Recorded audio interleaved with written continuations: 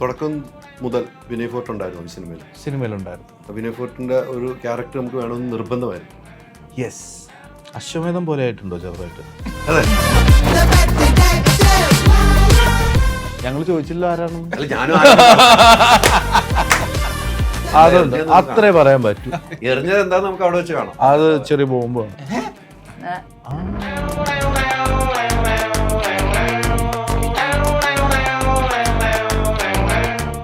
Extra കൊടുക്കണം ചില ഷൂട്ടുകളുടെ സമയത്ത് അത് ഞാൻ കട്ട് ചെയ്യും. അത് ഇങ്ങനെ പറയാന്ന് പറയുന്നില്ല. എന്റെ മുമ്പിൽ വെച്ച് കൊല്ലുന്ന ഞാൻ കാണണം. ഗിരിരാജൻ കോഴി പറഞ്ഞത് തന്നെയായിരിക്കും. പാലത്തിന്റെ മേളിലുള്ളതാണ്. കാരണം തുപ്പലൊക്കെ തെറിപ്പിച്ച് എന്റെ അടുത്ത് ഡയലോഗ് പറഞ്ഞതല്ലേ, മറക്കില്ല. ഞാനിത് രാവിലെ മുതൽ ഈ കോട്ട ആരാണ് കണക്ട് ചെയ്യാൻ പോണെന്ന് വെയിറ്റ് ചെയ്തിരുന്നു. അനു വലിയ കോഴി പടങ്ങളതിൻ്റെ ഇടയിൽ അടിക്കുന്നുണ്ട്. അപ്പൊ ഞാൻ പ്രതീക്ഷയുടെ ഒന്നുകൂടി വിളിച്ചു ചോദിച്ചേട്ടോ, ഉറപ്പിക്കണം. വിളിച്ചു ചോദിച്ചപ്പോ ഞാൻ പറയുന്നതാണ് അനുപമ ആലോചിക്കുന്നത്. ചില്ലറ കളിയെല്ലാം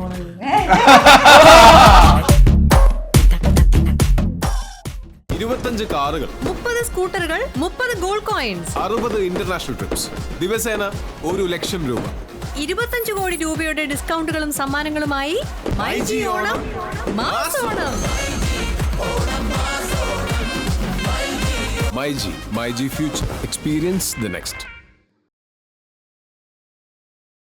നമസ്കാരം. പുത്തൻ സിനിമയുടെ വിശേഷങ്ങൾ പങ്കുവയ്ക്കാൻ 4 അതിഥികൾ, 4 പേർക്കും സ്വാഗതം. എങ്ങനെയുണ്ട് അപ്പൂടെ? എങ്ങനെയുണ്ട്? പൊളിക്കും. രണ്ടാളൊന്നും അറിഞ്ഞിട്ട് കൊടുക്കുന്നു. ആവശ്യമില്ല, അതൊന്നും ചോദിക്കരുത്. ഒരു ചോദ്യമില്ല.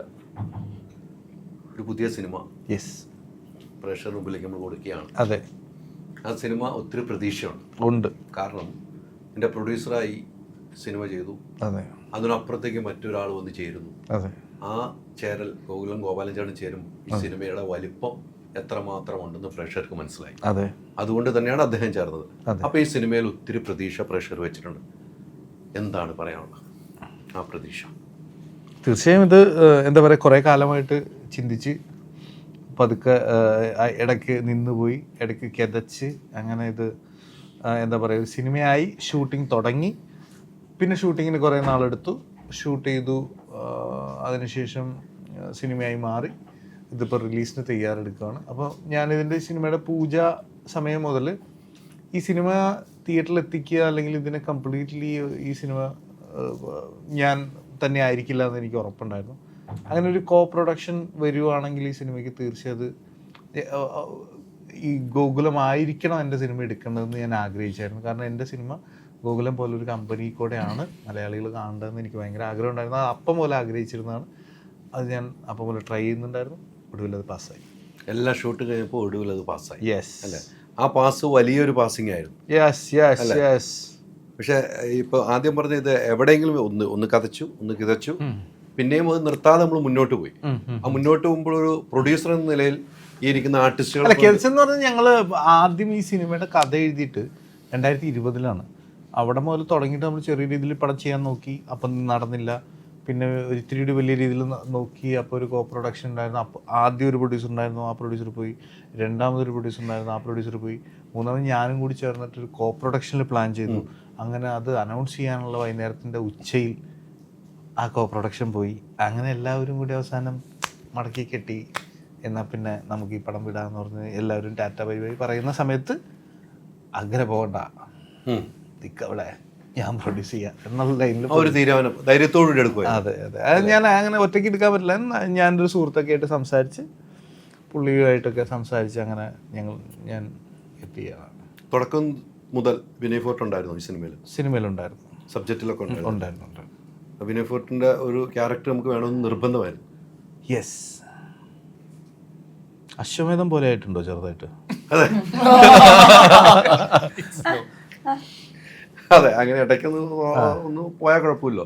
വിനയ്, എന്തായാലും ഷെറഫ് പറഞ്ഞ ഞാൻ ഇത് ഈ യാത്രയിൽ ഞാൻ ഇടയ്ക്കിടയ്ക്ക് സംസാരിക്കാറുണ്ട്. ഷെറഫ് പറഞ്ഞതിന് 100% ഈ സിനിമയായിട്ടുള്ള യാത്രയിൽ 100% ഞങ്ങൾ സംസാരിക്കാറുണ്ട്. പക്ഷെ ഷെറഫ് പറയുന്ന ഉൾക്കൊണ്ട് തന്നെ പറഞ്ഞു, അത്തരമൊരു പ്രൊജക്റ്റ് ഷറഫിൻ്റെ ഒരു സ്വപ്നമായിരുന്നു അല്ലേ? സ്വപ്നമായിരുന്നു എന്ന് തന്നെ പറയണം. അത്ര നാളെ 20 തൊട്ടുള്ള യാത്ര 25 റിലീസിന് ഒരുങ്ങുന്നു. ആ സമയത്തൊക്കെ കൂടെ ഉണ്ടായിരുന്നു അല്ലേ? ഷറഫിൻ്റെ ആ ദുഃഖത്തിലും സന്തോഷത്തിലും ഒക്കെ കൂടെ ഉണ്ടായിരുന്നു എന്ന് ഞാൻ എനിക്ക് പ്രൊജക്ട് ഓൺ ആയിട്ട് ഈ സിനിമയുടെ ഭാഗമായാണ്. അതെ, പ്രൊജക്ട് ഓൺ ആയിട്ട് പ്രൊജക്ട് ഓൺ ആയിട്ട് ഷറഫ് ലൈക്ക് ഈ പറയുന്ന പ്രതിസന്ധികളൊക്കെ അതിജീവിച്ച് ഷറഫ് ഈ പടം പ്രൊഡ്യൂസ് ചെയ്യാൻ തീരുമാനിച്ചു. ഇതിന്റെ ടെക്നിക്കൽ ടീം എല്ലാം ആയി ഉറപ്പായതിനു ശേഷം ഷറഫ് എന്നെ വിളിച്ചിട്ട് ഇങ്ങനെ ഒരു കഥാപാത്രം ഉണ്ടെന്ന് പറഞ്ഞു.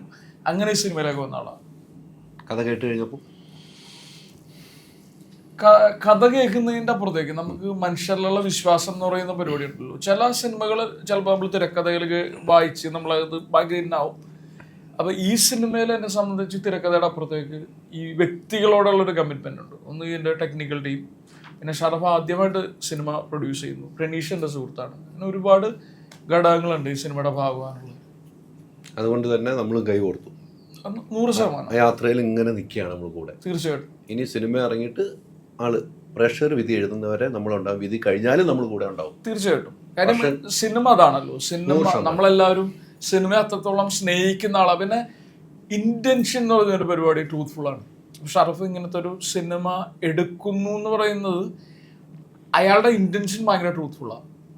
ഇങ്ങനൊരു സിനിമ നടക്കണം എന്ന് പറയുന്ന ആ ഒരു ഇന്റൻഷൻ ഉണ്ടല്ലോ. അപ്പം അതുകൊണ്ട് നമ്മൾ അറ്റനി കോസ്റ്റ് ഇയാളുടെ കൂടെ നിൽക്കുക. പുള്ളി നമ്മളിൽ നിന്ന് എന്ത് പ്രതീക്ഷിക്കുന്നു, as A co actor, as a friend നമ്മൾ അദ്ദേഹത്തിൻ്റെ കൂടെ ഉണ്ടാവും. പാട്ടിൽ കണ്ട ഒരു അമ്മ വേഷമാണ് കണ്ടത്. താടിയുള്ള ഒരു അമ്മയെ കണ്ടു. കൊള്ളാമായിരുന്നു. എനിക്ക് ഭയങ്കര ഇഷ്ടപ്പെട്ടു. ഭംഗിയൊക്കെ ഉണ്ടായിരുന്നു. ഭയങ്കര സൗന്ദര്യമുള്ള ഒരു അമ്മ. എനിക്ക് കൂടുതൽ മെസ്സേജ് വന്നു നല്ല ഭംഗിയുള്ള ആന്റി എന്നുള്ള സോണായിരുന്നു. ഞാൻ അമ്മയെന്ന് വിളിച്ചത് തെറ്റിപ്പോയെങ്കിൽ തിരുത്താം. കുഴപ്പമില്ല. തിരുത്തണേ. ഞാൻ അമ്മയെന്നാണ് ഞാൻ വിളിച്ചത്. ആന്റി എന്നാണ് പറഞ്ഞത്. അങ്ങനെ വിളിച്ചില്ല. അമ്മേ എന്ന് ഞാൻ വിളിച്ചില്ല. ആന്റി കലക്കി കേട്ടോ. ആന്റി പൊളിയല്ലേ? ആന്റി ഇവിടെ ഇങ്ങനെയൊക്കെ ഇടക്കിടക്ക് വന്ന് പോവായിരിക്കും. ആന്റി ഈ സിനിമയിലില്ല. ഇതൊരു പ്രൊമോഷോങ്ങിന്റെ അവസാനിപ്പിക്കാൻ വേണ്ടി വരുന്ന ഒരു കഥാപാത്രം. പക്ഷെ അങ്ങനെ അയാൾ വരുന്നതിൽ സിനിമയിൽ ഒരു ബന്ധമുണ്ട്. അതാണ് നിങ്ങളുടെ ക്യാരക്ടറിന് ആ ഒരു ഇതുണ്ട്. അതിന്റെ ഒരു കാരണമുണ്ട്. കഥയിലൊരു കാരണം. പിന്നെ സിനിമയിലും പല രൂപത്തിൽ വരുന്ന പോലത്തെ ഒരു കഥാപാത്രമുണ്ട്. പിന്നെ ഈ സിനിമ ഭയങ്കര വൈബ്രന്റ് ആയിട്ടെ, നമ്മൾ പോസ്റ്ററിലൊക്കെ കാണുന്ന പോലെ ട്രയലർ കണ്ടിട്ടുണ്ടെങ്കിൽ അറിയാം, ഭയങ്കര കളർഫുൾ ആയിട്ടുള്ള ഭയങ്കര ഫാസ്റ്റ് പേസ് ആയിട്ടുള്ള ഒരു തിയേറ്ററിക്കൽ വാച്ചാണ്. അപ്പൊ അതിന് വേണ്ടിയിട്ട് നമ്മളെ കൊണ്ട് എങ്ങനെ കോൺട്രിബ്യൂട്ട് ചെയ്യാൻ പറ്റും, അതുകൊണ്ടാണ് നമ്മളെ സിനിമകളിലേക്ക് വിളിക്കുന്നത്. കാര്യം നമ്മൾ അവരുടെ കൂടെ ട്രാവൽ ചെയ്യുന്നതുകൊണ്ടും അല്ലെങ്കിൽ സിനിമ എത്രത്തോളം ബെറ്റർ ആക്കാൻ വേണ്ടി നമുക്ക് എന്തൊക്കെ ചെയ്യാൻ പറ്റും അത് മുഴുവൻ നമ്മൾ ചെയ്യാന്ന് പറയുന്നൊരു സാധനം ഉണ്ടല്ലോ. അത് ചെയ്തിട്ടുണ്ട്. 10 വർഷമായി ഈ ഗിരിരാജൻ കോഴി കൂടെ നടന്നിട്ട്. ഇപ്പോഴെങ്കിലും പിടിച്ച് കിട്ടാൻ പറ്റിയോ? ചോദ്യത്തിനിപ്പോ ഞാൻ പറയുന്നതാണ് അനുപമ ആലോചിക്കുന്നത്. കോഴിക്കച്ചവടം ചെയ്യുന്ന കോഴി കറി വെച്ചത് അത് ആളോട് ചോദിക്കട്ടെ. അല്ല, ഇവിടെ ചോദിച്ചേ. ഇവിടെ ചോദിച്ചു. അവളോട് ചോദിക്കാൻ വേറെ വരുന്നുണ്ട്. കറങ്ങി തിരിഞ്ഞ് കോഴി എന്റെ അടുത്ത് തന്നെ എത്തി. വീണ്ടും തോന്നി ഞാൻ വേറെ എവിടെ പോയിട്ട് ഒന്നുകൂടി ഒരു അറ്റംപ്റ്റ് ചെയ്ത് നോക്കിയതാണ് അവിടെ. പക്ഷെ ഇത് വിജയത്തിലേക്കാ പോകുന്നത്. അത് വിജയത്തിലായിരുന്നു. 100% ഇതൊരു വിജയത്തിലേക്ക് പോകുന്ന ഒരു സിനിമയാണ്. അത്രയും കളർഫുൾ ആണ്. പറഞ്ഞ പോലെ കളർഫുൾ. ഞാൻ കണ്ട സോങ്ങുകളാണെങ്കിലും നമുക്ക് ഇഷ്ടപ്പെടുന്ന സോങ്ങുകളാണ്. കാണാൻ പറ്റും. ട്രെയിലർ കണ്ട് എന്നെ നേരിട്ട് കാണിച്ചു തന്നിട്ടുണ്ട്. ഞാൻ അല്ലാതെയും കണ്ട്. അപ്പൊ എല്ലാം കൊണ്ടും കളർഫുൾ ആണ്. അപ്പൊ കറങ്ങി തിരിച്ച് എത്തിയിട്ടുണ്ടെങ്കിലും അത് പ്രേമത്തിന് അപ്പുറത്തേക്ക് ഒരു വിജയമായി തീരും ഈ സിനിമ എന്ന് നമ്മൾ വിശ്വസിക്കുകയാണ്. ഉണ്ടാവും. അപ്പൊ നമുക്ക് പോവാം. അത്രയും കേട്ടില്ല. അത് ഭയങ്കര സന്തോഷമുള്ള ഒരു എൻഡ് നോട്ട് പോലെ ഫീൽ ചെയ്തത്. എങ്ങനെ ഉണ്ടായിരുന്നു എക്സ്പീരിയൻസ്? വിനയ് ചേട്ടൻ പറഞ്ഞതുപോലെ തന്നെ ഞാനും ഈ സിനിമയുടെ ഭാഗമായിട്ടുള്ള കാരണം എന്ന് പറഞ്ഞ ആ ഒരു എക്സ്പീരിയൻസിന് വേണ്ടിയിട്ടാണ്. ബിയോണ്ട് ദ സ്റ്റോറി, അതായത് ഇത് നമുക്ക് സ്ക്രിപ്റ്റ് വായിച്ചോ സ്റ്റോറി കേട്ടിട്ടോ നമുക്ക് ഇത് അനലൈസ് ചെയ്യാൻ പറ്റുന്ന ഒരു സബ്ജക്റ്റ് അല്ല. ഇത് പ്യോർലി മറ്റേ എക്സിക്യൂഷൻ ബേസ്ഡ് ആയിട്ടുള്ള ഒരു സിനിമയാണ്. ആൻഡ് ഒന്നാമത് ഒരു തമാശ പടം ജഡ്ജ് ചെയ്യാനുള്ള കഴിവൊന്നും എനിക്കില്ല. അത് എങ്ങനെ ആവും വരുമ്പോൾ എന്നുള്ളത് കണ്ട ഞാൻ എൻജോയ് ചെയ്യുന്നല്ലാതെ. പക്ഷെ ഷറഫ് എൻ്റെ അടുത്ത് പ്രണീഷ് ചേട്ടൻ 2020 തന്നെയാണ് എൻ്റെ അടുത്തും വന്ന് പ്രണീഷ് ചേട്ടൻ പറയുന്നത് ഇതിനെക്കുറിച്ച്.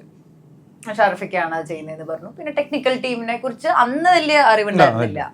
അത് കഴിഞ്ഞ് പിന്നീട് വീണ്ടും പ്രണീഷ് ചേട്ടൻ ഓർമ്മയുണ്ടോ, ഞാൻ അന്ന് വിളിച്ചിരുന്നു ഇങ്ങനെ ഒരു സിനിമയെ കുറിച്ച്, ആ പ്രോജക്റ്റ് ഓൺ ആവാണ്, അതിന്റെ ടെക്നിക്കൽ ടീമിൽ നമ്മുടെ ആനന്ദേട്ടനുണ്ട്, പിന്നെ അതേപോലെ രാജേഷ് ചേട്ടനുണ്ട്. ഞങ്ങളുടെ ഓരോ ഓണിലും ഓഫിലും അനുഭവമൊക്കെ അപ്ഡേറ്റ് ഉണ്ട്. അതെ അപ്ഡേറ്റഡ് ആയിരുന്നു ഞാൻ. പിന്നെ അതിന്റെ അഭിനയിക്കുന്ന ആൾക്കാർ, ചേട്ടന്റെ പേര്, കുറെ ആൾക്കാരുടെ പേര് പറഞ്ഞപ്പോ ഇതൊക്കെ നമ്മുടെ പ്രേമം ടീമാണ്.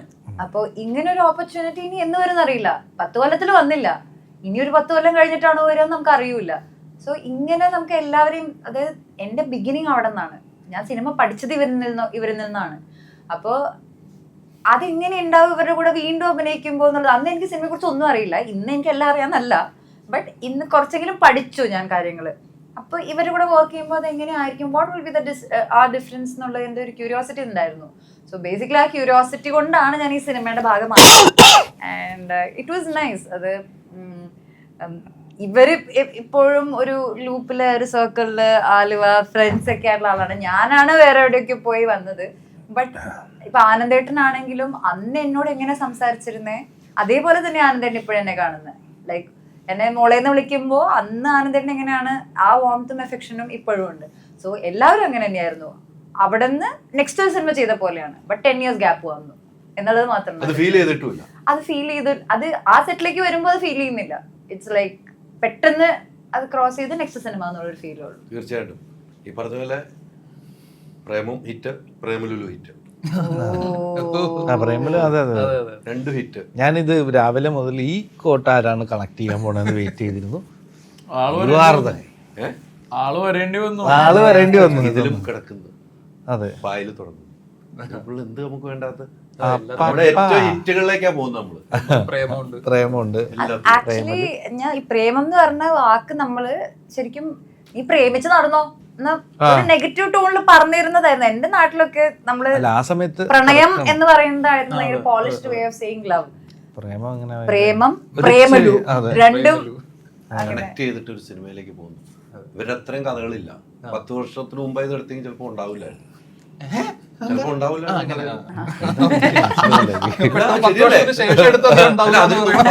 പറഞ്ഞാണെങ്കിലേ കഥയിലൊക്കെ നമ്മൾ ചിലപ്പോ എത്തിപ്പെടാൻ ശരിയല്ലേ.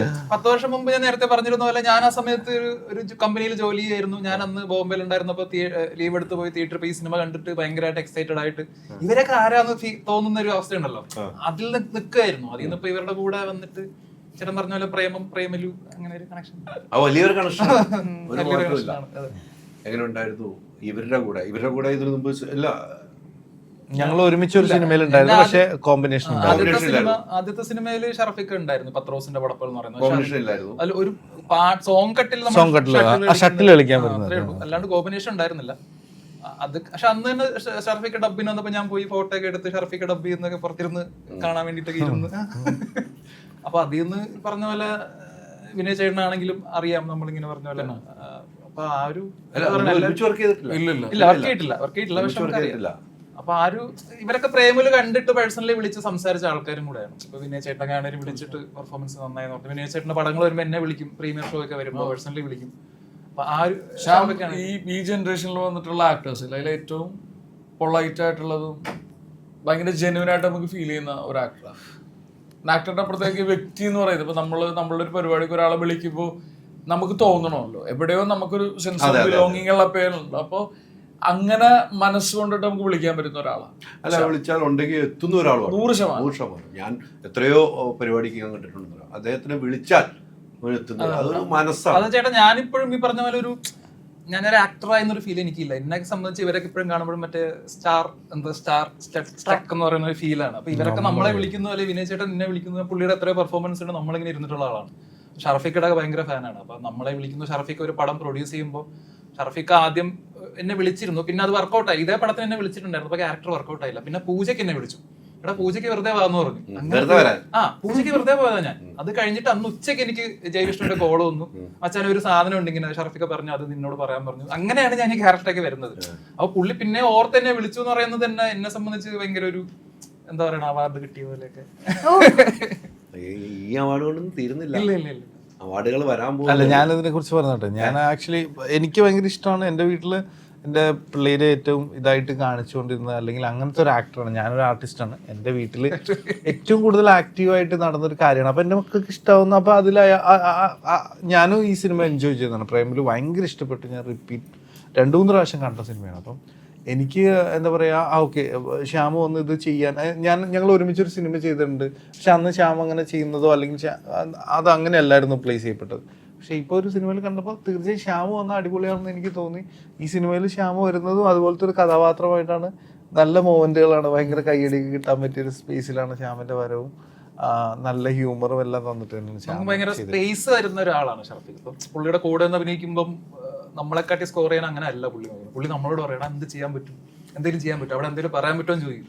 അങ്ങനെ ഒരു ഈഗോ ഒന്നും ഇല്ല. അത് പ്രൊഡ്യൂസർ ആയതുകൊണ്ട് മാത്രമല്ല, അല്ലാണ്ട് പ്രൊഡ്യൂസർ ആയപ്പോ കുറച്ച് കൂടി മൊത്തത്തിലെ സീൻ എങ്ങനെ നന്നാക്കാന്നുള്ള രീതിയിൽ നമുക്ക് സ്പേസ് തരുന്ന ഒരാളാണ്. അപ്പൊ അത് നമുക്ക് ഭയങ്കരമായിട്ട് ഷറഫിക്കെ ഒരാൾ അങ്ങനെ ഒരു സ്പേസ് തരുമ്പോൾ നമുക്ക് ഭയങ്കരമായിട്ട് ഈ നേരത്തെ പറഞ്ഞ കോളേജ് പഠിക്കുന്ന കാലത്ത് ഈ സിനിമ കണ്ടു. കോളേജ് പഠിച്ചിരുന്നപ്പോഴേ ക്ലാസ്മേറ്റ്സ് ഇറങ്ങി. പ്രേമ സിനിമകളാണ് കാണാൻ മനസ്സിലായില്ലേ?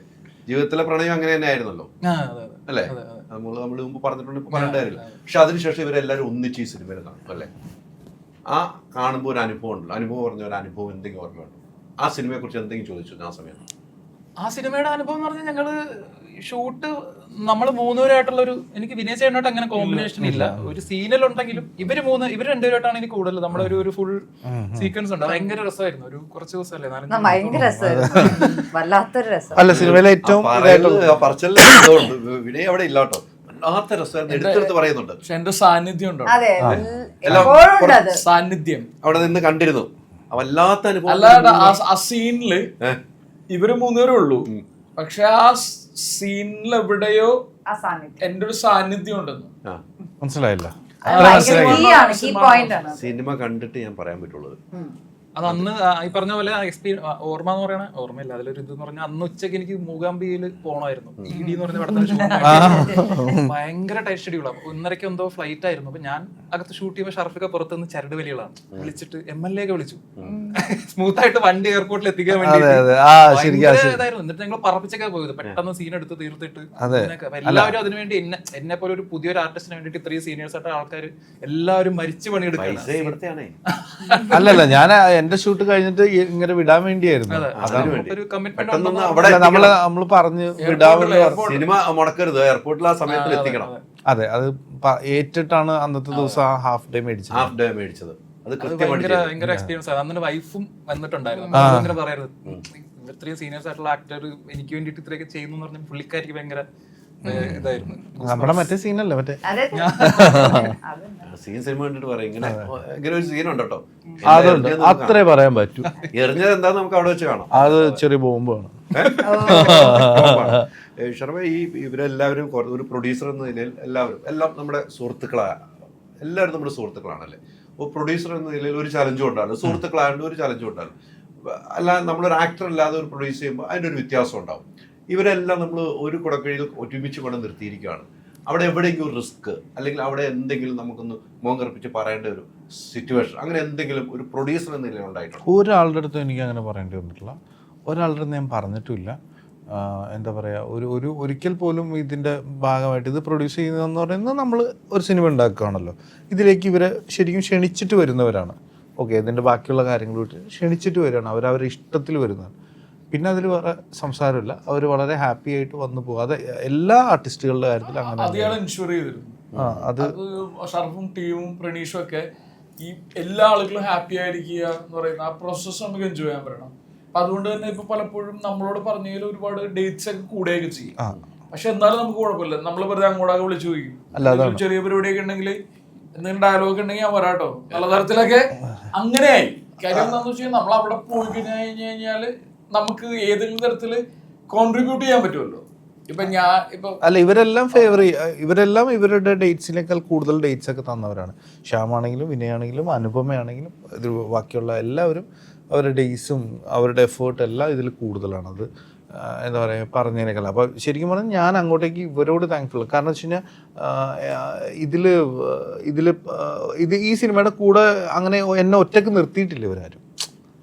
ഒറ്റയ്ക്ക് നിർത്തിയൊന്നുമില്ല, എല്ലാവരും അതിൻ്റെ കൂടെ അവരുടെ ഇതിൽ തന്നെ ഇത് ചെയ്ത് തന്നിട്ടുണ്ട്. അങ്ങനെയാണ് കൊണ്ടുപോയത്. തീർച്ചയായും എനിക്കൊന്ന് അനുഭവം ഈ പറഞ്ഞ പോലെ കുറേ നാൾ 2020 കഥ കേൾക്കുന്നു. ആ സമയത്തൊക്കെ ഈ നിങ്ങളാ പ്രേം ടീമിൻ്റെ ഇപ്പം വിനയാനും ഷറഫാനും ഈ ടീമിൽ ഇപ്പോൾ ഉള്ളതാണ്, നിങ്ങൾക്കായിട്ട് കോൺടാക്ട് ഉണ്ടായിരുന്നു? ഇടയ്ക്കൊക്കെ കോൺടാക്ട് ഉണ്ടായിരുന്നു? ഇല്ല, ഞാൻ അനുപമയൊക്കെ വളരെ റയറായിട്ടാണ് പ്രേമത്തിന്റെ സമയത്ത് പിന്നെ എപ്പോഴും ഒരു പ്രാവശ്യം വിളിച്ചു, അല്ലാതെ അവനെ കോണ്ടാക്ട് വിനയ് ചേട്ടനായിട്ട് നമ്മളെ ഇടയ്ക്കൊരു മെസ്സേജ് ഒരു പരിപാടിയാണ്. ഇപ്പൊ ഞാൻ ഫ്രീഡം അങ്ങനെ എന്തെങ്കിലും പ്രോമിനന്റ് ആയി കാണുമ്പോ അങ്ങനെ ഒരു ഇവന്റ് ഒക്കെ ഉണ്ടായിട്ടുണ്ട്.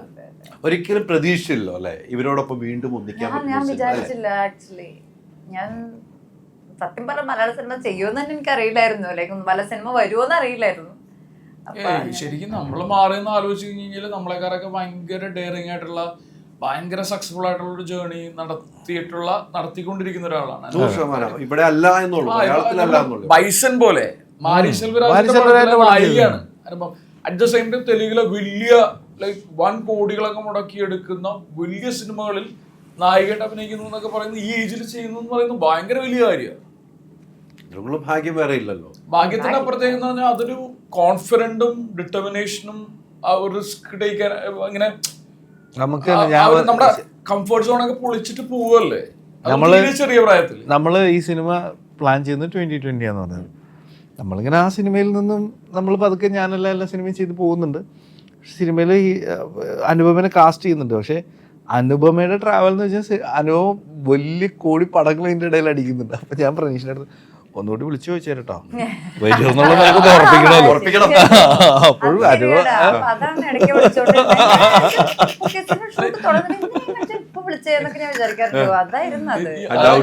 ആ ടൈമിന് പൈസ നടക്കുക.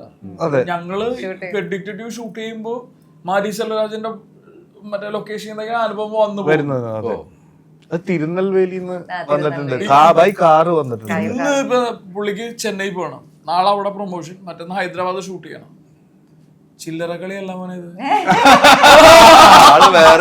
മോനെ മറ്റേ കോപ്പൻഹേഗനിലെ മറ്റേ അനുപമ എന്ന് പറഞ്ഞ ഒരു വ്യക്തി അല്ലെങ്കിൽ ഒരു ആർട്ടിസ്റ്റ് അല്ലെങ്കിൽ ഒരു കലാകാരി എന്തുമായിട്ട് ഒരു മനുഷ്യൻ, ഒരു ആ സിനിമയോടുള്ള പ്രിയം, അതുകൊണ്ടാണ് ഇന്ന് ഇവിടെ ഇരിക്കുന്നു, ചെന്നൈ പോകുന്നു. മറ്റൊന്ന് അല്ല, അത് നമ്മുടെ ഒരു കലയോടുള്ള പ്രിയമാണ് അല്ലെ. അല്ലെങ്കിൽ നമുക്ക് നാളെ പോകാതിരിക്കാം, അല്ലെങ്കിൽ ഇവിടെ വരാതിരിക്കാം. അനുപമ ഭയങ്കര കമ്പാരിറ്റീവ്ലി അല്ല എന്തും ആകാം. അല്ല ഞാൻ പറഞ്ഞത് അനുപമ ആക്ച്വലി ഭയങ്കര ഡിസിപ്ലിൻഡ് ആയിട്ടാണ് പോയിക്കൊണ്ടിരിക്കുന്നത്. എന്ന് വെച്ച് കഴിഞ്ഞാൽ ഈ ദിവസങ്ങളാണ്, ഈ ദിവസം കഴിഞ്ഞാൽ വേറൊരു ദിവസത്തിൽ വേറൊരു പരിപാടിയില്ല. നമുക്കൊക്കെ പല അഡ്ജസ്റ്റ്മെന്റ്, മലയാള സിനിമയുടെ സ്വഭാവത്തിൽ നമ്മൾ പല അഡ്ജസ്റ്റ്മെന്റ് അങ്ങോട്ടും കൂടെ 1-2 ദിവസം എന്നൊക്കെ പറഞ്ഞ് അങ്ങോട്ടും കൂടെ മാറാം. പറ്റില്ലാത്തതാണ്. അതായത് ഇപ്പൊ എനിക്കും ഉണ്ട്, ലൈക്ക് ഇപ്പൊ ഒരു ദിവസം എക്സ്ട്രാ കൊടുക്കണം ചില ഷൂട്ടുകളുടെ സമയത്ത് ഒരു ദിവസമൊക്കെ നമുക്ക് ഒരു നിവൃത്തിയില്ലാന്ന്. പക്ഷെ അവിടെ വേറൊരു സെറ്റിൽ ആൾക്കാർ വെയിറ്റ് ചെയ്തിരിക്കുകയായിരിക്കും. അത് വേറൊരു സ്ഥലത്താണ്, നമ്മൾ ഫ്ലൈറ്റ് എടുത്ത് പോകണം. അപ്പൊ അതിന്റെ ഓരോ കാര്യങ്ങളുണ്ട്. സോ ഇറ്റ്സ് ലൈക്ക് നമുക്ക് ആഗ്രഹമാണെങ്കിൽ പോലും ചില സമയത്ത് നമുക്ക് ചില കാര്യങ്ങൾ ചെയ്യാൻ പറ്റില്ല. ആഗ്രഹമുണ്ട്, ചില ആൾക്കാർക്ക് ആഗ്രഹം ഉണ്ടായിട്ടുള്ളൂ, മനഃപൂർവ്വം മാറ്റിയിരിക്കുന്ന ആൾക്കാരും ഉണ്ട്. ആണല്ലേ? ഞങ്ങൾ ചോദിച്ചില്ല ആരാണെന്ന്. അല്ല ഞാനും ആരാന്ന് പറഞ്ഞിട്ടില്ല. അങ്ങനെയുണ്ട് ആളുകൾ എന്ന് പറയുന്നത്. എന്നും കലയെ സ്നേഹിക്കുന്നുണ്ടെങ്കിൽ നമ്മൾ അഭിനയിച്ച സിനിമയ്ക്കാണെങ്കിൽ നമ്മൾ അതിന് ദിവസം കണ്ടെത്തിയേ പറ്റൂ. അതാണ് ഒരു സിനിമയ്ക്ക് വേണ്ടത്, അതാണ് പ്രേക്ഷകർക്ക് വേണ്ടത്, അതാണ് എൻ്റെ പ്രൊഡ്യൂസറിന് വേണ്ടത്, എൻ്റെ ഡയറക്ടറിന് വേണ്ടത്. എപ്പോഴും അങ്ങനെയാണ്, അത് തന്നെയാണ് മുന്നോട്ട് പോകേണ്ടത്. അങ്ങനെയുള്ളവർക്ക് ഈ സമൂഹത്തിൽ പിടിച്ചു നിൽക്കാൻ കഴിയുള്ളൂ, അങ്ങനെയുള്ളവർ പിടിച്ച് നിന്നിട്ടുള്ളൂ. അതിൻ്റെ ഏറ്റവും വലിയ ഉദാഹരണമാണ് മമ്മൂട്ടിയും മോഹൻലാലും എന്ന മലയാളികളുടെ അച്ചടക്കവും ഡിസിപ്ലിനാണ് മെയിൻ. അത് ഏറ്റവും അത്യാവശ്യമാണ്. ഇവർ രണ്ടുപേരും കണ്ടിന്യൂ ലൊക്കേഷൻ പഴയ കഥകൾ എന്തെങ്കിലും ഓർത്തെടുത്തായിരുന്നു അവിടെ ഇരുന്ന്? ഇഷ്ടം പോലെ. നമ്മള് ആക്ച്വലി വെരി ഇൻട്രസ്റ്റിംഗ്ലി ഞങ്ങൾ ഇന്നലെ ആലുവ പാലത്തിൽ പോയായിരുന്നു. ഞങ്ങൾ അക്വഡക്ട് പാലത്തിൽ ആഫ്റ്റർ 10 years ഞാനും പോയിട്ട് 10 വർഷത്തിന് ശേഷം ഞങ്ങൾ പോയി. ഞങ്ങൾ ഇന്നലെ അവിടെ സൺസെറ്റ് അപ്രതീക്ഷിതമായിട്ട് അതേ ടൈമിലായിരുന്നു സെറ്റ് ആയിരുന്നത്.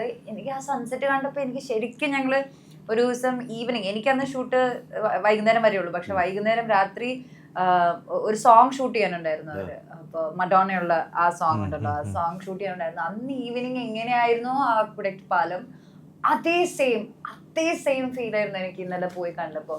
It felt very nostalgic. അപ്പൊ ഞങ്ങള് ഈ ഇന്റർവ്യൂസിന്റെ ഇടയിൽ കൂടെയാണ് നമ്മൾ പല കാര്യങ്ങൾ അറിയുന്നത്. അപ്പൊ സിജു ചേട്ടൻ ഇന്നലെ വന്നായിരുന്നു. അപ്പൊ ഞങ്ങൾ ആ സീൻ ഷൂട്ട് ചെയ്ത മെമ്മറീസ്, ഞാൻ എന്റെ ഓഡിഷൻ മെമ്മറീസ്, എനിക്ക് എല്ലാം ഇങ്ങനെ സിനിമ ഷൂട്ട് ചെയ്യുന്ന സമയത്തിനേക്കാൾ കൂടുതൽ ഇപ്പൊ ഇന്റർവ്യൂസിന്റെ സമയത്ത് നമ്മൾ ഈ പറയുമ്പോഴാണ് ഒരുപാട് കാര്യങ്ങൾ നമുക്ക് ഓർമ്മ വരുന്നത്. അതുമായിട്ട് റിലേറ്റ് ചെയ്ത മെമ്മറീസ് ഒക്കെ. It feels nice. അപ്പൊ ഭയങ്കര ഒരു സറിയൽ ആയിട്ടുള്ള ഫീലിംഗ് ആണ്. ഞാൻ പറഞ്ഞില്ലേ, നമുക്കത് കുറെ നാൾ മുന്നേ നടന്നത് പോലെയും തോന്നുന്നുണ്ട്, അറ്റ് ദ സെയിം ടൈം ഇത് ഇന്നലെ നടന്ന പോലെയും ഒരു ഫീലിംഗ്. അല്ല, ആ സിനിമ ഇപ്പോഴും നമ്മൾ ഇന്നലെ റിലീസ് ചെയ്തത് നമ്മുടെയൊക്കെ മനസ്സിലാക്കുന്നു. നമ്മളിപ്പോൾ ഇവിടെ ഇന്റർവ്യൂ എടുത്തുകൊണ്ടിരിക്കുമ്പോൾ തന്നെ ഒരു ഹിറ്റ് സിനിമ നമ്മുടെ ഡയറക്റ്റ് ചെയ്ത ഹിറ്റ് സിനിമ നടന്നുകൊണ്ടിരിക്കുകയാണ്, വഴി നടന്നുകൊണ്ടിരിക്കുകയാണല്ലോ. അതാണ് നമ്മൾ എല്ലാം കൂടെ ഒത്തു വന്നിരിക്കുകയാണ് ഈ സമയത്ത്. എല്ലാ സിനിമകളും ഒത്തുവരുന്ന ഒരു സമയമാണല്ലോ. ഈ അനുപമ തന്നെയാണ് എന്ന് ആദ്യം തൊട്ട് ഉറപ്പിച്ചെടുത്തല്ലേ. എന്താണ് അങ്ങനെ ഒരു ഇത് വരാൻ കാരണം ഉണ്ടല്ലോ? അത് പേഴ്സണൽ ക്വസ്റ്റ്യൻ ഒന്നും അല്ല. അനുപമയാണ് ഈ സിനിമയ്ക്ക് നമുക്ക് വേണ്ടത്. രണ്ട് കാര്യമുണ്ട്. അത് വളരെ പേഴ്സണൽ ആണെന്ന് വെച്ചാൽ, രണ്ടാമത്തെ കാരണം അനുപമയാണ് ഈ ക്യാരക്ടർ ചെയ്യാൻ ഏറ്റവും കറക്റ്റ്. അത് പറയുന്നതാണ് നല്ലത്. കറക്റ്റ് എന്ന് പറഞ്ഞു കഴിഞ്ഞാൽ ചിലപ്പോൾ വേറെ ആരെങ്കിലും ചെയ്യുമായിരിക്കും, പക്ഷെ നമ്മുടെ മനസ്സിലുണ്ടായിരുന്ന ഒരു സങ്കല്പത്തിൽ ഈ സിനിമയിൽ അനുപമയാണെങ്കിൽ ഒരു സ്ഥലത്ത് നിന്ന് അങ്ങനത്തെ ഒരു സിറ്റുവേഷനിൽ കൂടെ അല്ല. ഇതിൽ കുറച്ചൊരു അത്ലറ്റിക് നേച്ചർ ഉണ്ട്. അതിന്റെ ക്യാരക്ടറിന് എപ്പോഴും ഒരു ആക്റ്റീവ് സ്വഭാവമുണ്ട്, അല്ലെ? അത്ലറ്റിക് നേച്ചർ എന്നല്ല, ആക്റ്റീവ് സ്വഭാവമുണ്ട്. അതെല്ലാവരും അതല്ലോ, എല്ലാവരും പിന്നെ ഭയങ്കര സ്റ്റൈലിഷ് ആണ്. ഒരു ഭയങ്കര ഒരു സ്റ്റൈൽ പരിപാടി പിടിച്ചിട്ടുണ്ട്. അപ്പൊ അത് അങ്ങനെ സ്റ്റൈൽ ചെയ്യുമ്പോ അത് പുൾ ഓഫ് ചെയ്യാൻ പറ്റുന്ന ഒരാളായിരിക്കണം. അങ്ങനത്തെ ഒരു ഞാനത് കാണുമ്പോ, ഞാനിപ്പോ ട്രയലറും പാട്ടൊക്കെ കാണുമ്പോ ഈ കോസ്റ്റ്യൂം ഒക്കെ ഇട്ട് കഴിയുമ്പോ അനുപമക്ക് ഭയങ്കര ഗ്രേസ് ഉണ്ട്. അതും ഒരു ഫാക്ടറാണ്. അതെ അല്ലല്ല, ഇത് അതന്നെ ഉദ്ദേശിച്ചതെന്ന് വെച്ച് കഴിഞ്ഞാൽ ഈ കോസ്റ്റ്യൂമൊക്കെ ഇട്ട് കുറച്ച് മോഡേൺ അല്ലെങ്കിൽ അങ്ങനെയുള്ള ഇതിൽ കുറച്ച് ഓട്ടം ചാട്ടം ഇതൊക്കെ പിടിച്ച് പല സാഹചര്യങ്ങൾ വരുമ്പോൾ കുറച്ച് ഒച്ചപ്പാടുണ്ടാവും, കുറച്ച് ലൗഡായിട്ട് അഭിനയിക്കുക. ഇതെല്ലാം ലുക്കിൽ കുറച്ച് ഇങ്ങനത്തെയൊക്കെ പോഷാണെങ്കിലും ആളുടെ വായന്ന് വരുന്ന കാര്യങ്ങളൊക്കെ ഉദ്ദേശിച്ചത്. പറഞ്ഞാ പോരാ അങ്ങനെ. അതെ, അത് വളച്ചൊടിക്കണോ? അനുഭവം ഉൾക്കൊണ്ട് പറഞ്ഞു. അല്ല, അതാണ്. അപ്പൊ അങ്ങനെ ഒരു കാസ്റ്റിംഗ് തന്നെയായിരുന്നു നമുക്ക് മനസ്സിലുണ്ടായിരുന്നത്. പിന്നെ തീർച്ചയായും അന്നത്തെ ഈ സിനിമ ആദ്യം പ്ലാൻ ചെയ്യുമ്പോൾ ഞാൻ നേരത്തെ പറഞ്ഞാൽ അപ്പോൾ ഞാൻ നായകനാവാൻ പോകുന്നു എന്ന് പറയുന്ന ആ ഒരു സമയമാണ്. അപ്പോൾ ആദ്യമായിട്ട് അപ്പോൾ ആരിപ്പോൾ വരും, നമുക്ക് അനുപമേനെ തന്നെ വിളിക്കാം, ആ കുട്ടി വരുമായിരിക്കും, അല്ലെങ്കിൽ നമുക്ക് പറയാമല്ലോ മക്കളെ വാ എന്ന് പറയാലോ. ആ ഒരു സാഹചര്യം അതും നമുക്ക് ചിന്തിച്ചിട്ടുണ്ടെന്ന് പറയാതെ വയ്യ. ആക്ച്വലി ഞാനിത് കേട്ടിട്ട് ഞാൻ ഇൻട്രസ്റ്റഡ് ആയിരുന്നു. ഞാൻ ഓക്കെ എന്ന് പറഞ്ഞു കഴിഞ്ഞിട്ട് പിന്നെ ഇവരെ കാണാനില്ല, ഇവര് വന്നില്ല. ഞാൻ ആ സമയത്ത് ഞാൻ എന്തോ പ്രിൻഷേട്ടന്റെ അടുത്ത് എന്താ ചോദിച്ചെന്നറിയ, കഥ നറേറ്റ് ചെയ്തായിരുന്നു. നറേറ്റ് ചെയ്തപ്പോ ആള് ഭയങ്കര സീരിയസ് ആയിട്ട് കഥ പറയാം. പക്ഷെ പല കാര്യങ്ങളും ഭയങ്കര അൺഎക്സ്പെക്ടഡ് ആയിട്ടുള്ള കാര്യങ്ങൾ. It was very funny. പക്ഷെ ഇത് നമുക്ക് എന്ത് ബേസിസിലാണ് ഞാൻ അത് കമ്മിറ്റ് ചെയ്യാന്ന് വിചാരിച്ചു. ഞാൻ പ്രണീഷന്റെ അടുത്ത് പറഞ്ഞായിരുന്നു സ്ക്രിപ്റ്റ് റെഡി ആക്കി കഴിഞ്ഞിട്ട് വരണമെന്ന്. ഇതുവരെ ആ സ്ക്രിപ്റ്റ് കിട്ടിയില്ല കയ്യില്. ഇതുവരെ എനിക്ക് ആ സ്ക്രിപ്റ്റ് കിട്ടിയിട്ടില്ല. പക്ഷെ പ്രൊജക്ട് മൗണ്ട് ചെയ്ത് കഴിഞ്ഞതിന് ശേഷം വന്നു.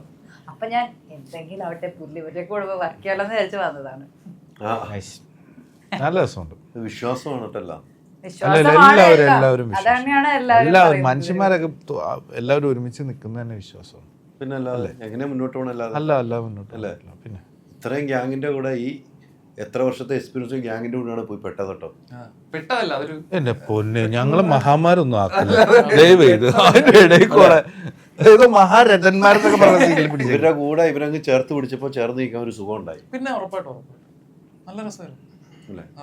ഇവരുടെ പ്രേമം കണ്ടിട്ട്, ആ സിനിമ കണ്ടിട്ട് ഈ 3 പേര് ഇരിപ്പുണ്ട്. 3 അതിലെ കഥാപാത്രം. അതില് ഇപ്പോൾ മെമ്മറിയിൽ വരുന്ന ഇവരുടെ സീനുകളിൽ ഏതായിരിക്കും ഓർമ്മ വരെ പെട്ടെന്ന് പറഞ്ഞാൽ? എനിക്ക് മറ്റേ കുതിരപ്പുറത്ത് അതാണ് ഇഷ്ടം. ഇവിടെ ഏതാ പറഞ്ഞത്? എന്റെ സീൻ കുതിരപ്പുറത്ത് വരുന്നതാണ് അത് ഇഷ്ടപ്പെട്ടു.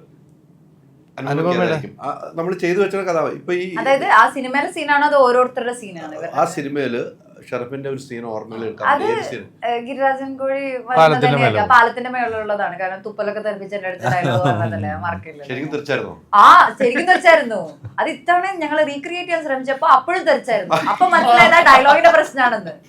അണ്ടർസ്റ്റാൻഡ്. ഞാൻ അന്ന് വിചാരിച്ച അഭിനയത്തിൽ വന്ന പരിപാടിയായിരുന്നു, പക്ഷെ അത് ഡയലോഗിന്റെ പ്രശ്നമായിരുന്നു, അറബി ഡയലോഗിന്റെ. ഇവിടെ നമ്മുടെ ജാവ സിമ്പിൾ ആണ്.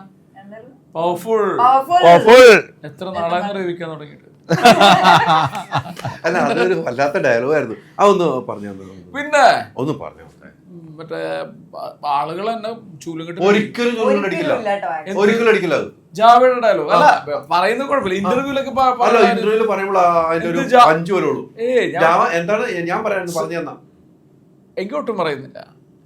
അത് ഇങ്ങനെ പറയാന്ന് പറയുന്നില്ല. എന്റെ മുമ്പിൽ വെച്ച് അതിനെ കൊല്ലുന്നത് ഞാൻ കാണണം. അപ്പൊ ശരി ഞാൻ പറയട്ടെ. അല്ല ജാവേഡ് ഡയലോഗ് അല്ല വേറെ ഞാൻ മറന്നുപോയി. അല്ല ഞാൻ ഇവരുടെ എനിക്ക് അനുപമയുടെ ആലുവ പുഴയാണ് ഓർമ്മ. ആ പാട്ടും പിറകില് മറ്റേ ഗോൾഡൻ ലൈറ്റും ചുരുണ്ടമുടി ഇട്ട് വരലും പരിപാടി ആക്കിയിട്ട് മറ്റേ ഷറഫിന്റെ എനിക്ക് മറ്റേ ഡേവിഡ് ഓള് ഷൂട്ട് ചെയ്ത് മറ്റേ ചായടി പരിപാടിയൊക്കെയാണ്. മറ്റേ ഇവിടെ പെപ്പർ ഹൗസ് നീ എന്നെ അടിക്കണ്ട ചായ അടിച്ചാൽ മതി എന്നൊക്കെ പറയുന്നത്. ഇത് നിങ്ങളുടെ വീണ്ടും ഈ ഷൂട്ടിൽ ഒന്നും നോക്കിയിട്ട് നടക്കുന്നില്ല. അപ്പോഴും തുപ്പലം തെറിക്കുന്നുണ്ട് അല്ലേ? അത് ഞാൻ കട്ട് ചെയ്യും. അല്ല അതാണ് സത്യം. കറക്റ്റാണ് അനുഭവം പറഞ്ഞത്. ഓരോ സിനിമയ്ക്ക് നമ്മളെ ഓർത്തിരിക്കുന്ന, നിങ്ങൾ ഏത് സിനിമയിൽ വന്നാലും അനുഭവം ഓർത്തിരിക്കുന്ന പ്രേമം സിനിമയിൽ തന്നെയാണ് മലയാളികൾ. അല്ല ഈ പ്രേമം എന്ന് പറയുന്ന ഒരു സിനിമയിൽ അഭിനയിച്ചതിന്റെ പ്രത്യേകതയാണത്. നമ്മള് അത് കഴിഞ്ഞ് എത്രയോ സിനിമകൾ ചെയ്തിട്ട് ആ സിനിമയുടെ വലിപ്പം കൊണ്ടിട്ടാണ്. അതൊരു മാജിക് ആണ്. ഇപ്പൊ നമ്മളെല്ലാവരും അത് കഴിഞ്ഞ് ഒരുപാട് നല്ല സിനിമകൾ ചെയ്തിട്ടില്ലേ? പക്ഷെ നമുക്ക് അതിനെ ബീറ്റ് ചെയ്യാൻ പറ്റാത്ത സിനിമയുടെ വലിപ്പമാണ്. അല്ലെങ്കിൽ ആ സിനിമ ഒരു സാധാരണ പ്രേക്ഷകരിൽ എത്രത്തോളം ഇമ്പാക്ട് ഉണ്ടാക്കി എന്ന് പറയുന്നത്. ബിയോണ്ട് ദ ഹിറ്റ് അതൊരു മാജിക് ആണെന്ന് തോന്നുന്നത്. കാരണം പല ആൾക്കാരും പറയുന്നുണ്ട് ഇടയ്ക്കിടയ്ക്ക് പ്രേമം വരും, അപ്പൊ ഞങ്ങള് വീണ്ടും ഇരുന്ന് കാണും. അത് എവിടെന്ന് കണ്ടാലും നമുക്ക് വീണ്ടും കാണാൻ തോന്നുന്നു. എവിടെന്ന് കാണുന്നു അവിടുന്ന് മുഴുവൻ അവിടുന്ന് തീർക്കുന്നു. അതാണ് ആ സിനിമ ഭയങ്കര അതൊരു മാജിക് തന്നെയാണ്. എനിക്ക് തോന്നുന്നത്, എനിക്കിപ്പോഴും തോന്നുന്നത് പ്രേമം കഴിഞ്ഞിട്ട് പ്രേമം പോലത്തെ ഒരു സിനിമ ഉണ്ടായിട്ടില്ല അല്ലേ? അത്തരമൊരു സിനിമ ഉണ്ടായിട്ടില്ല. മൊത്തത്തിൽ എല്ലാം ബ്രേക്ക് ചെയ്തിട്ടുള്ള മേക്കിങ്ങിലെല്ലാം മാറ്റമല്ലേ? സൗണ്ട് ആ സമയത്ത് മ്യൂസിക്, സൗണ്ട് ഡിസൈൻ ഇപ്പോഴും നമ്മൾ ചെല്ലുമ്പോഴൊക്കെ ചോദിക്കുന്നത് അത് ആ സിനിമ വെച്ചല്ലേ സിംഗ് സൗണ്ട് തുടങ്ങിയെന്നാണ് അവർ ചോദിക്കുന്നത്. സിംഗ് സൗണ്ട് അല്ല, സിംഗ് സൗണ്ട് അല്ല, അത് അങ്ങനെയാ തോന്നുള്ളൂ. എത്ര സിനിമ ചെയ്താലും ഒരേ സിനിമകൾ അൾട്ടിമേറ്റ്ലി അറിയപ്പെടുന്ന സിനിമയാണ്. ഇനി അറിയപ്പെടുന്നത് നിങ്ങൾ 3 പേരെയും ഏത് സിനിമയാണ് കൂടി അറിയണം. അല്ല അവിടെ ഇത് വരാൻ പോകുന്നുള്ളൂ. അപ്പൊ ആ രീതിക്ക് നമുക്ക് പോവാം. ഇപ്പൊ ലൂ ആഡ് ചെയ്യേണ്ടി വരും എല്ലാത്തിലും കേട്ടോ. ഇപ്പൊ തെലുങ്കു ഒക്കെ ചെയ്യാൻ പോവാ. 3 സിനിമയും അല്ലെ പ്രിയപ്പെട്ട സിനിമയാണ്. 2 പ്രിയപ്പെട്ടതായി. ഈ 3ാമത്തെ ഇദ്ദേഹത്തിന്റെ അന്വേഷണം. ഇത് നിങ്ങളുടെ 2 സിനിമകളാണെങ്കിലും പ്രേമവും ഈ സിനിമയിലൂടെയും പ്രേക്ഷകർ ഏറ്റെടുത്ത് ഗംഭീരമാക്കി തീർക്കട്ടെ. ഈ സിനിമ ഈ യാത്രയിൽ കൂടെ ഉണ്ടാവും. എൻ്റെ പ്രിയപ്പെട്ടവർ തന്നെയാണ് ഇതിനകത്ത് എല്ലാവരും ഉള്ളത്. ആ പ്രിയപ്പെട്ടവരുടെ കൂടെ ഏത് രാത്രി വിളിച്ചാലും ഈ സിനിമയ്ക്ക് വേണ്ടി പോസ്റ്റ് ഒട്ടിക്കാൻ വരെ ഞാൻ തയ്യാറാണ്. അത്രമാത്രം ആത്മബന്ധമുള്ള സുഹൃത്തുക്കളാണ് എല്ലാവരും. അതുകൊണ്ട് അങ്ങനെ ഞങ്ങൾ കാര്യങ്ങൾ അപ്ഡേറ്റ് ഓരോ ദിവസവും ഞങ്ങൾ സംസാരിച്ചു പോകുന്നതുകൊണ്ട് തന്നെയാണ് പറയുന്നത്. കൂടെ നിൽക്കും, കൂടെ ഉണ്ടാവും, ചേർത്ത് നിർത്തും, ചേർത്ത് പിടിക്കും. അപ്പം ഒത്തിരി സന്തോഷം. ഇതിൻ്റെ അന്വേഷണം എവിടം വരെയൊക്കെയാണ്, എന്തൊക്കെയാണ് ഈ അന്വേഷണത്തിൽ കണ്ടെത്തുന്നത് തിയേറ്ററിൽ പോയി സിനിമ കണ്ട് നമുക്ക് മനസ്സിലാക്കാം. നേരത്തെ പറഞ്ഞ എറിഞ്ഞ സാധനം എന്താന്ന് കണ്ടെത്തണം. അമ്മച്ചി ആന്റിയുടെ വരവ് ഈ സിനിമയ്ക്ക് എന്തുമാത്രം യോജിച്ചിട്ടുണ്ടെന്ന് സിനിമ കൊണ്ട് മനസ്സിലാക്കണം. അലിഗാഗ് പാർട്ടി അതൊക്കെ നമുക്ക് ഇതിന്റെ 100ാം ദിവസം ആഘോഷിക്കുമ്പോൾ 25ന്റെ ആഘോഷം, അമ്പതിന്റെ ആഘോഷം, 100ാമത്തെ ആഘോഷം, ഇതെല്ലാം നമ്മൾ നടത്തും. ടെൻഷൻ അതൊന്നുമില്ല. നമ്മൾ നടത്തും ചിലപ്പോ പ്രോഗ്രാം ഈ സിനിമയുടെ. അതെ, സെറ്റ് ഈ സിനിമ ദുബായിൽ എന്നാ ഒരു ഐക്യദാർഢ്യം പ്രഖ്യാപിക്കില്ലല്ലേ? അതെ, അത്ര ഇഷ്ടം. നമ്മുടെ അടുത്ത സിനിമ തുടങ്ങാൻ പോവല്ലേ? അതൊന്നും ജസ്റ്റ് പറയാതെ പോകാൻ പറ്റില്ല. നമ്മുടെ പയ്യനെ ഞാൻ അടുത്ത് തുടങ്ങാൻ പോകുന്നൊരു പടം ജിതേഷ് എന്ന് പറഞ്ഞ ആളുടെ റൂമിലാണ് താമസിക്കുന്നത്. അപ്പൊ അവൻ കുറെ കാലമായിട്ട് ഭയങ്കര സ്ട്രഗിൾ ചെയ്തിട്ട് ഒരു സിനിമയിലേക്ക് എത്തി. കുറെ കാലമായി ഞങ്ങൾ ഒരു സിനിമയിലേക്ക് വരാൻ തുടങ്ങിയിട്ട്. അതും ഒരു സത്യമാണ്. അത് ഞാൻ പറഞ്ഞു. ഒരു വലിയ സിനിമ, വലിയ കമ്പനി ഏറ്റെടുത്തിരുന്ന സിനിമ അതിലേക്ക് വരുന്നു. അതും ഇങ്ങനെ ഹിറ്റാകണം. എല്ലാ സിനിമകളും ഹിറ്റാണ്. സിനിമകൾ ഹിറ്റിന്റെ കാലമാണ്. ഹൈറ്റിന്റെ പട്ടികയിൽ ഈ സിനിമയെ ഉൾപ്പെടുത്തണേ. ഒത്തിരി സന്തോഷം, ഒത്തിരി നന്ദി 4 പേർക്കും. Thank you so much.